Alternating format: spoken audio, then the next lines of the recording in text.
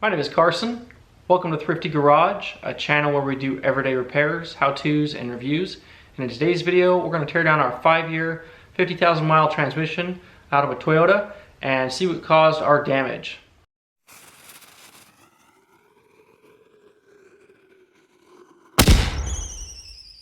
A little bit of a backstory for those that are new. We have a 2016 Toyota 4Runner. It had 56,000 miles on it when the transmission started slipping. It had some flares and some issues. I've got some separate videos on what I think may have caused that to happen. But in today's video, we're going to pull in the transmission. I purchased the core from the dealership. Paid $2,500 to have the new transmission installed, a new used one with actually 59,000 miles. Ours had 56, so just a few thousand mile difference. So I purchased the core. We're going to drop the pan, take a look inside, and see what we can gather from what's inside. See if we can figure out what caused the failure. We were told that the solenoids needed replaced, and then by a separate transmission shop, we were told that there was debris in the fluid. Unfortunately, the pan's already been pulled. We don't know what the fluid looked like. It was getting ready to be sent back as a core. The dealership was getting ready to send that out, and they obviously drained the fluid for that. So we'll pull this in and start tearing into it. So we're gonna make the best of this unfortunate series of events.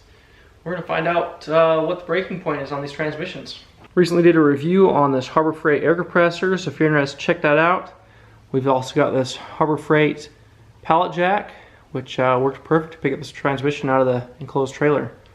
Also used it for our double stack pallets for the landscape business. But today's video, what we're here for is this transmission. So this is, I believe it's the A750F transmission. It's a 5-speed transmission. It's in a variety of Toyota applications. The F indicates it's 4-wheel drive. They also have E variants for electronic control. I guess this is the E/F. Here's our strapping. We're after is what's underneath. We've actually still got the original dealer stamp on there.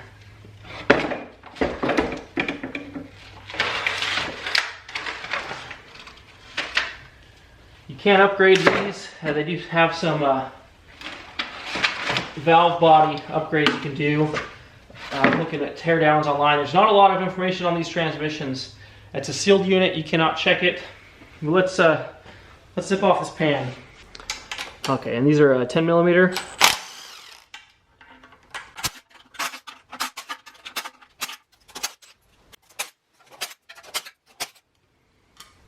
Okay, moment of truth. We can see anything inside here?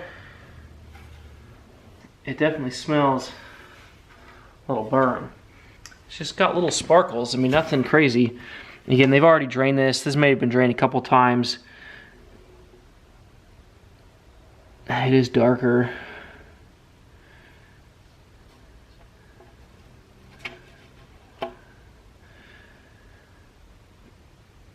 Really not that much chunkies. Okay, solenoids. I don't know which solenoid's which. So it definitely has some coloration to it. You can see we got this black stuff. And it's kind of run right here. There you go, you can see it pretty good. It's run right here. Down here. So there's definitely some discoloration. So I was hearing mixed things from the different shops. Toyota just said it was a solenoid, but they don't offer just solenoid replacement. They only will do the replacement. It definitely smells a little rancid. So Toyota said it was a solenoid. Transmission shop I took it to said that there was stuff in the pan. They didn't really specify whether it was clutch material or what, but they said the stuff in the pan is what caused the solenoid failure.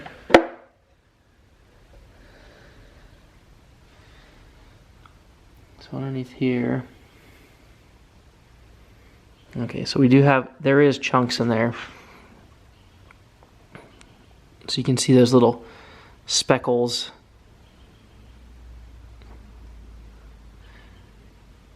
I'm dripping all over the place. There's little speckles in there.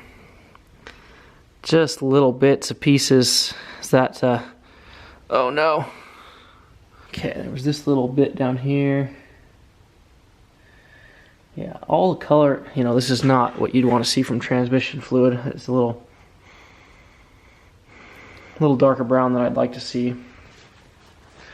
I'm not a transmission expert, but I have done my fair share of stuff. And okay, so next thing we can do is we can take out this whole valve body, and has this lever arm right here that you unbolt it and then kind of pull it sideways and lift it up.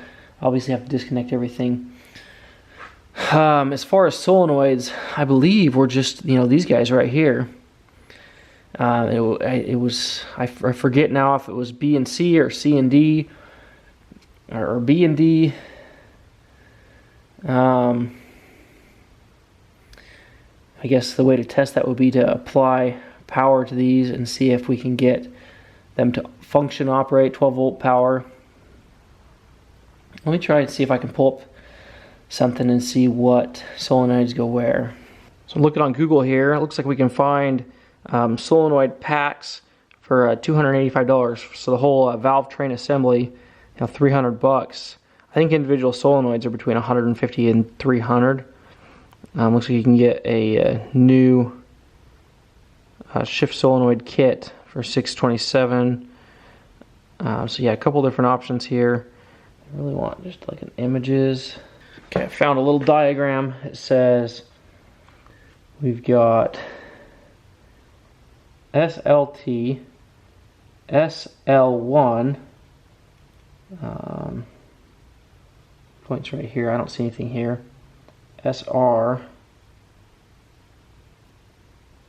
We got S1, S1, S4.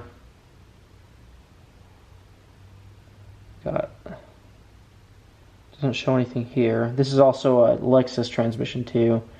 We got SL2, SLU, S3, S2, and S4 here.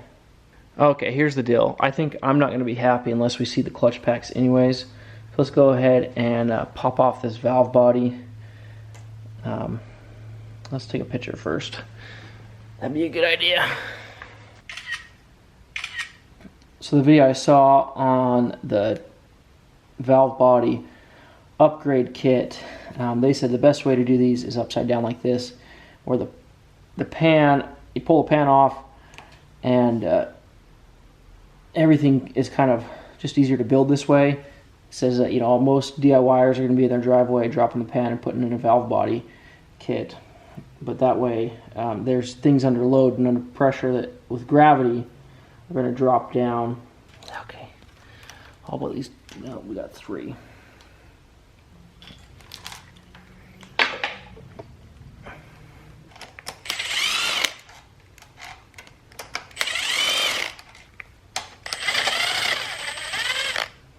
Okay, what's under door number 2?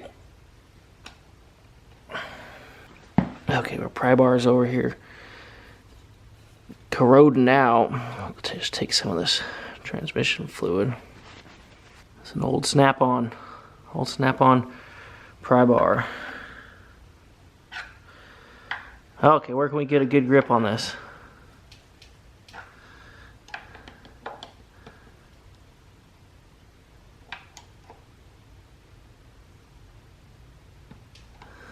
Something holding us back. This guy.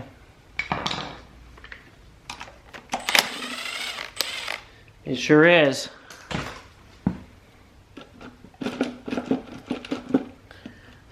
Something over here now. That's not out all the way.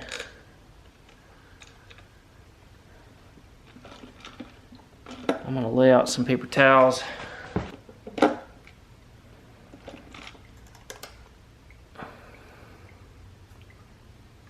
How are we looking here? It's gonna be hard to see these clutch discs. We got just a tiny, tiny gap. Guess we can spin this around. Oh, shiz.